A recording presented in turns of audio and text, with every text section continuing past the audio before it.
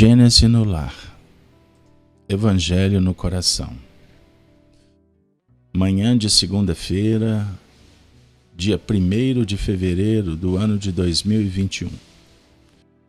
Abrimos o coração em busca da semeadura divina. Que as mãos que representam a misericórdia, através de Jesus, nosso Mestre e Senhor, possam semear a boa semente e que possamos, ao recolher, trabalhar de sorte que possa haver a produção do bem, da justiça, do amor, da bondade em nossos corações. Que sejamos inspirados em mais um Evangelho pela manhã e que possamos ter a sabedoria de aproveitar, então, o que nos será oferecido. O tema de hoje: bom médium é simpático. Nós vamos dialogar com Allan Kardec no capítulo 24 do livro Evangelho segundo o Espiritismo, especificamente nos itens 11 e 12. No item 11, Kardec trouxe uma passagem que está contida no Evangelho atribuído a Mateus, no capítulo 9, versículo 10 a 12. Ouçamos. Estando Jesus à mesa, em casa desse homem, Mateus, vieram a ir ter muitos publicanos e gente de má vida, que se puseram à mesa com Jesus e seus discípulos. O que fez que os fariseus, notando-o, dissessem aos discípulos: como é que o vosso mestre come com publicanos e pessoas de má vida? Tendo-os ouvido, disse-lhe Jesus: não são os que gozam saúde que precisam de médico. Essa passagem, ela é muito encantadora para o nosso objetivo. Este encontro que realizamos, já atingindo o número de 244. Olha que interessante. Jesus propõe e dispõe o encontro e os ensinos. O encontro sugere atendimento a todos aqueles que aceitam o convite. Então, esse convite, ele chega num coração no momento oportuno, atendendo um pedido que foi lançado na intimidade de cada um. Senhor, me ajude. Senhor, me dê a inspiração. O que eu faço, Senhor? Esse pedido é íntimo. E quando sincero, sem qualquer interesse que não seja o bem, nós somos chamados. De alguma forma, a resposta vem. E aí a gente senta à mesa com ele, que dá uma ideia muito legal de que ele é um amigo, um bom anfitrião. Embora ele esteja aqui na casa de Mateus, ele estará em qualquer casa que ele for chamado. A questão é a gente acolher e dar naturalmente os créditos. Ou seja, quando a gente o recebe em casa, ele passa a não ser um convidado, embora ilustre, mas ele passa a ser o próprio gestor do encontro. Ele passa a coordenar as atividades em função da sua autoridade moral, amorosa. Todos querem beber desta fonte. Mas aparecem curiosos, aparecem aqueles que nem sempre estão muito afeitos, desconfiam. Tudo isso acontece nesse painel, o que é normal numa sala de aula. Nós temos uma diversidade enorme de alunos, nas mais variadas condições. Interessante porque o assunto aqui versava na atmosfera do intelectual religioso tradicional, que fica muito preso à forma, julga o semelhante e nem sempre está disposto a mudar a si mesmo. Por isso, quando o nosso impulso mental sugerir uma ideia de julgamento quanto ao semelhante, sejamos cuidadosos, pois geralmente nós só vemos o que é aparente. Não conseguimos identificar a essência, as intenções. Isso é muito sério. Uma vez que não nos conhecemos, como podemos dizer que conhecemos o outro? Que temos acesso ao modus operandi ao nível íntimo. Pois bem, Jesus vai usar uma frase muito especial. Não são os que gozam saúde que precisam de médico.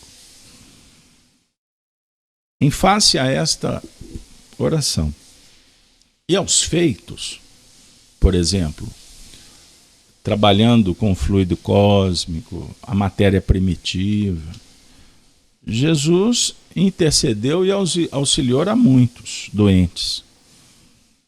Por isso, ele também ficou conhecido como um médico, o grande médico das causas impossíveis.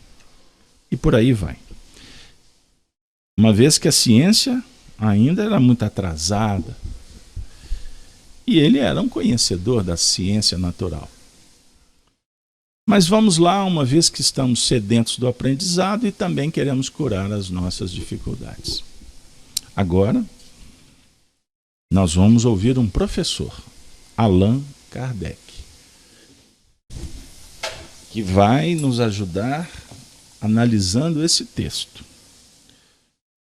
Item 12. Jesus se acercava principalmente dos pobres e dos deserdados, porque são os que mais necessitam de consolações, dos cegos dóceis e de boa fé, porque pedem se lhes dê a vista, e não dos orgulhosos que julgam possuir toda a luz e de nada precisar. Estas palavras, como tantas outras, encontram no Espiritismo uma aplicação que lhes cabe.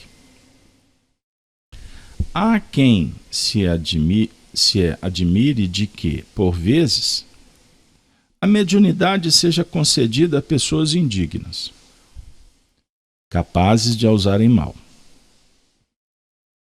Parece, dizem, que tão preciosa faculdade deverá ser atributo exclusivo dos de maior merecimento.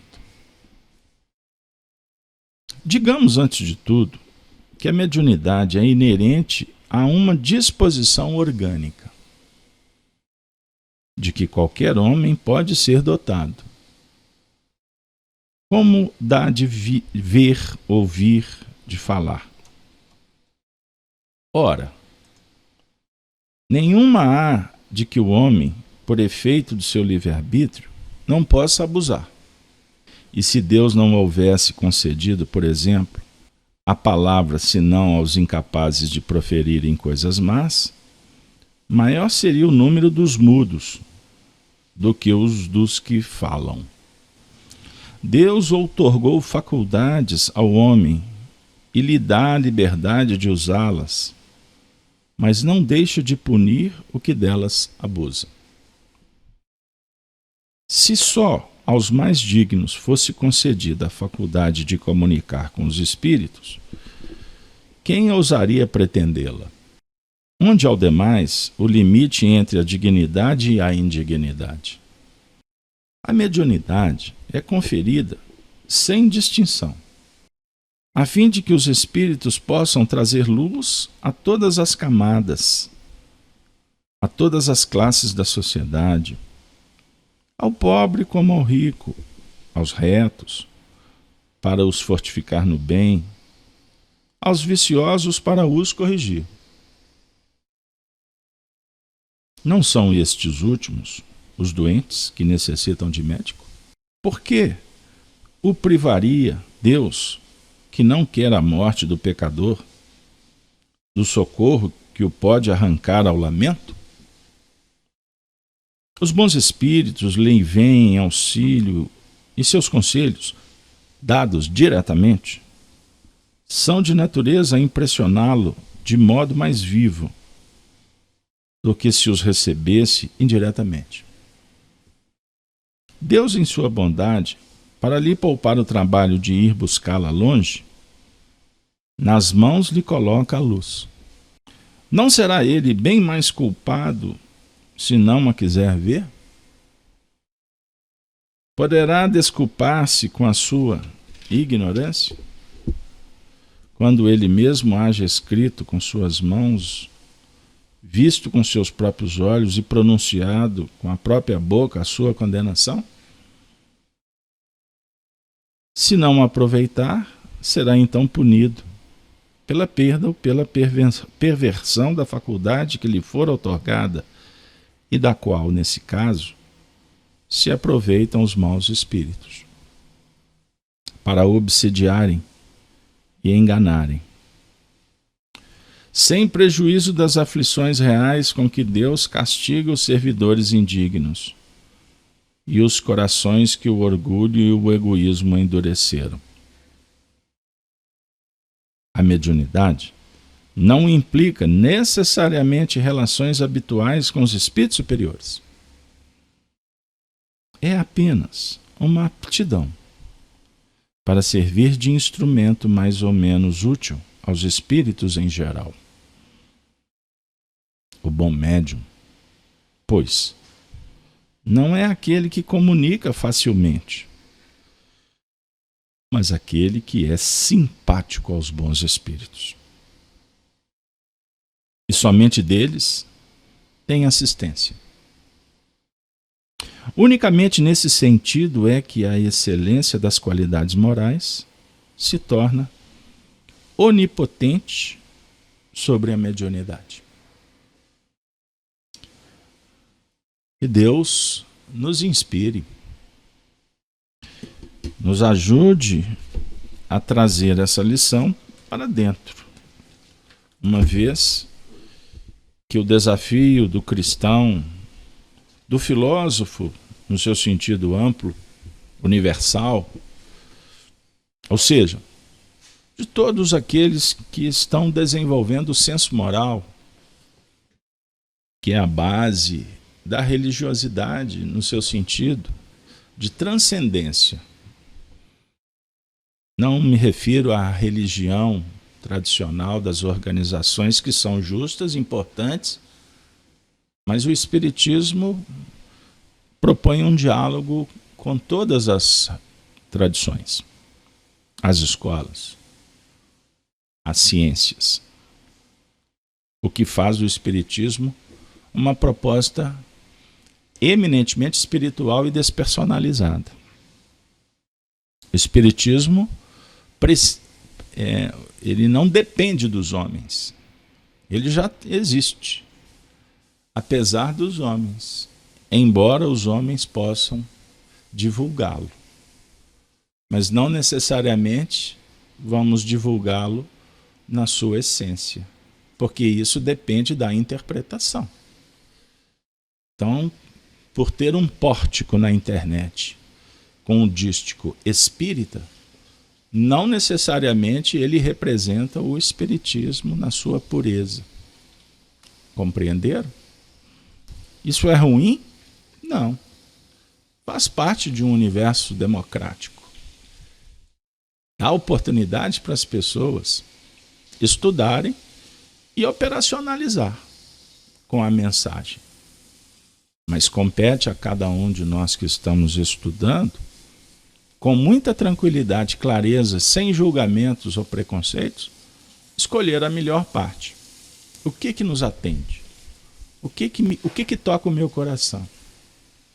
Não necessariamente o que toca o meu cérebro é o melhor, embora faça parte. O que vale realmente nesse sentido é a parte moral, que envolve fraternidade, amizade, respeito, nobreza, dignidade. Muito justa a ideia, também explorada por Allan Kardec, quanto no final ele fala que o bom médium não é aquele que se comunica facilmente. Óbvio que ele está falando do bom médium no seu sentido de um bom instrumento dos espíritos superiores. Então ele está falando o bom médium não circunscrito apenas à mecânica do processo. Porque nós podemos encontrar aí excepcionais médiums nesse sentido mecânico, mas sem importarem com a ética, com a bondade. E podem produzir, sim, fenômenos extraordinários. A história é pródiga deles. Agora, quando o médium se volta para qualificar o seu trabalho, sob o ponto de vista da moral, e não existe nenhuma que supere a moral do Cristo, esse é um detalhe. Não que a gente está dizendo que o cristianismo é o todo maravilhoso. Não. O cristianismo é um movimento de estudiosos da mensagem do Cristo. Mas a moral do Cristo é a síntese de todas as ofertas reveladas pelo Altíssimo em todos os lugares do mundo para todas as pessoas. Então, aonde você encontrar uma notícia da justiça verdadeira ou a mais ideal, que a justiça tem a ver com o grau, com o movimento necessário para os homens. Então ela é adequada. Mas a justiça divina, na sua soberana expressão, ela dialoga perfeitamente com a justiça vivida por Jesus. A ciência, destituída de interesses materialistas, estará em perfeita sintonia com o pensamento do Cristo. Na religião, não precisa nem de dizer, para não ser repetitivo. Em todos os setores. E é muito importante a gente pensar que no laboratório da vida, nós vamos identificar facilmente o Cristo quando o comportamento também se faz nesta dinâmica do bem, do justo, do belo, do harmônico. Porque nós temos dentro de nós uma essência, a essência divina da perfeição. E essa essência, ela precisa de se manifestar. Isso e quando ficamos felizes. Como vivemos interagindo com a natureza e com os seres, todas as vezes que houver uma manifestação desta essência, seja onde for, com quem seja, haverá uma identidade. Aí brota, vamos dizer assim, aquele êxtase, aquele estado de alma diferenciado em nós. A definir, em outras palavras, a luz verdadeira, a luz no seu sentido puro, quando nós estamos sensíveis ou sensibilizados ou insensibilizando para a identificação, haverá sempre um toque no nosso coração. Não sei se eu estou me fazendo claro. Isso é muito importante. Entender é simples, ao mesmo tempo desafiador, mas é importante estudar isso. Então vamos viajar no tempo e eu vou trazer um personagem para inspirar a ideia. Francisco de Assis, conhecido como o poeta do bem, numa noite bem densa e gelada da Idade Média, Francisco de Assis tratava a mensagem do Cristo nesta dinâmica operacional. O vento era irmão, o sol, a lua, os animais. Ele traduz o Pai Nosso numa música, perdoando que se é perdoado. E dentro de uma vida que foi vivida, pulsante, irrigante, estimulante, amorosa, respeitosa. Tanto é verdade que ele acabou tendo autorização para fundar uma ordem. Se a gente for para o contexto da época, isso é impensável. O Papa assinar embaixo que ele pudesse viver o Evangelho.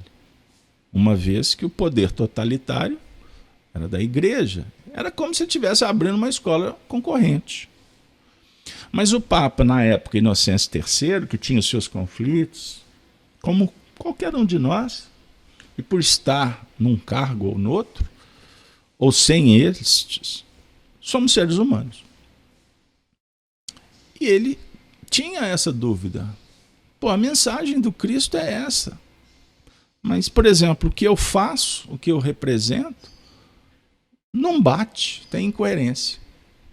Então, quando Francisco procurou o Papa, foi auxiliado, inclusive, por um dos cardeais, que era João de São Paulo. João de São Paulo é tido como uma encarnação de Emmanuel, lá naquele período, que abriu as portas para Inocêncio recebê-lo.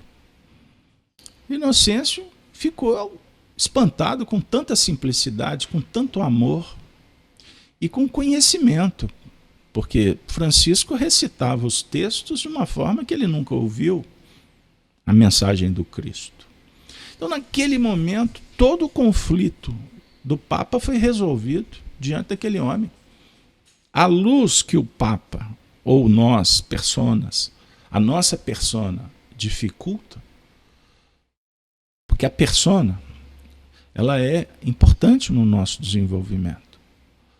João, Maria, José, seu CPF, seu endereço, sua família são importantes. São umas máscaras que a gente veste nessa encarnação. Complicado é quando a gente pega essa máscara para dificultar que a luz se faça. Então a máscara ali do cardeal, etc., estava sendo valorizada de forma que ele não conseguia viver como a consciência dizia ser o melhor.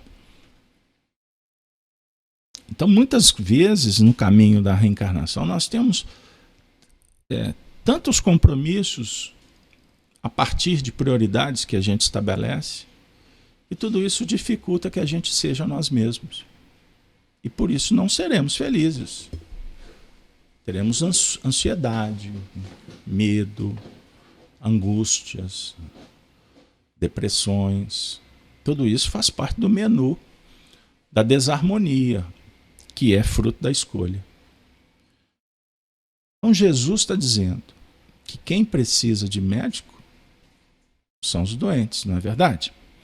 Embora a frase correta, é muito interessante, é dita assim: não são os que gozam saúde que precisam de médico.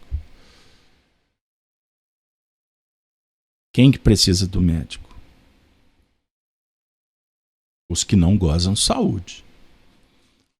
Agora, não gozar saúde não necessariamente significa que o indivíduo vai pedir o médico. Você pode estar doente e não procurar. O médico atende quando ele é chamado. E nós estamos aqui, num primeiro momento, para procurá-lo. Aí ele vai responder, todas as vezes que tu fizer: vinde a mim, todos vós, que estáis cansados e sobrecarregados, que eu vos aliviarei. Mas tomai sobre vós o meu jugo. Aí ele se torna professor. Então essa figura, médico e professor, caminham juntos. Porque o professor, olha o símbolo, ele vai atender o cérebro e o médico o coração. Isso é só para fazer um ajuste didático. A definir que nós precisamos de colocar no mesmo nível a razão e o sentimento, para que o pássaro, o espírito, possa voar em busca dos seus sonhos e se consolidar cada vez mais perante a espécie.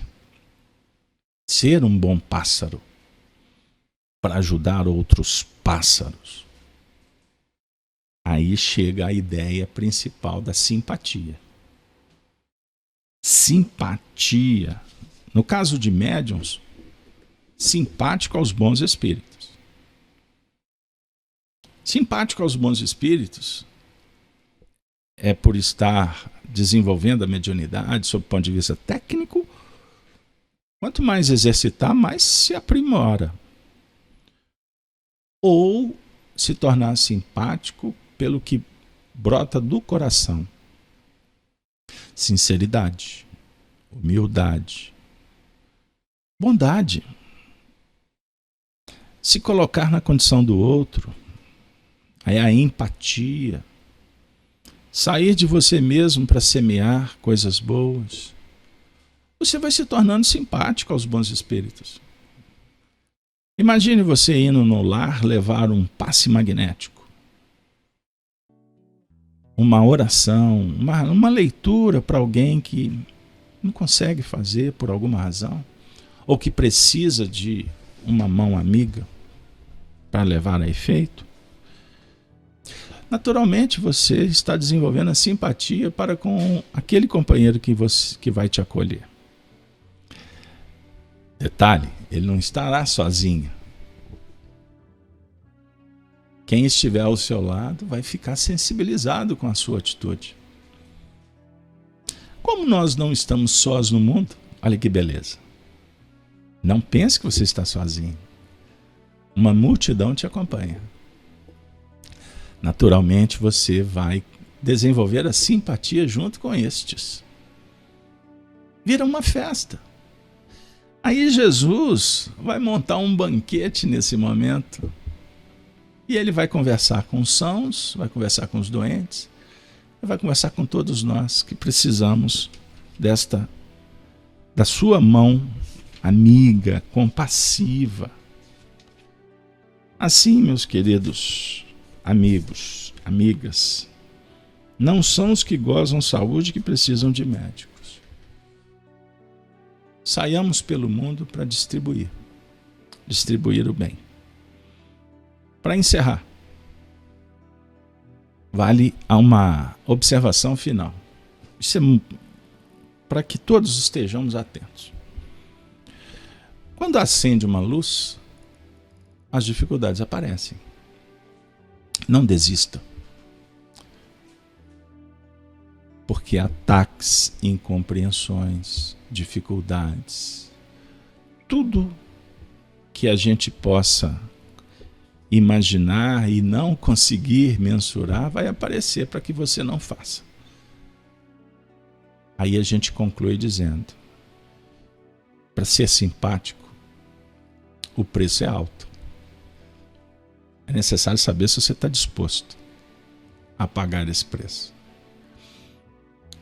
Não faça, não assuma, sob o ponto de vista de conquistar um mundo externo, ser aplaudido, admirado, ou quem sabe morar junto com os anjos. Isso não cabe mais. A gente procura pagar esse preço todos os dias,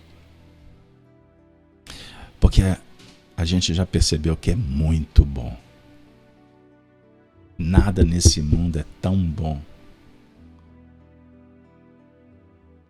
que venha substituir o amor.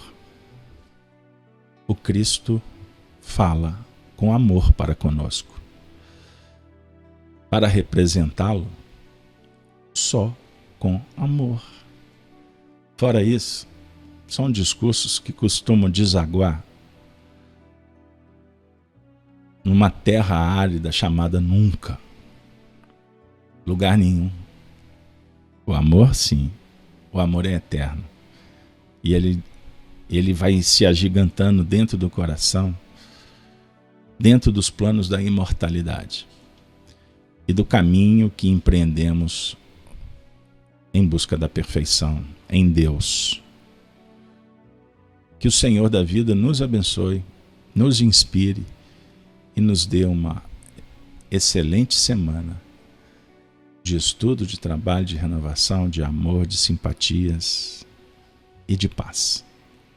Ave Cristo, tenham todos uma ótima semana.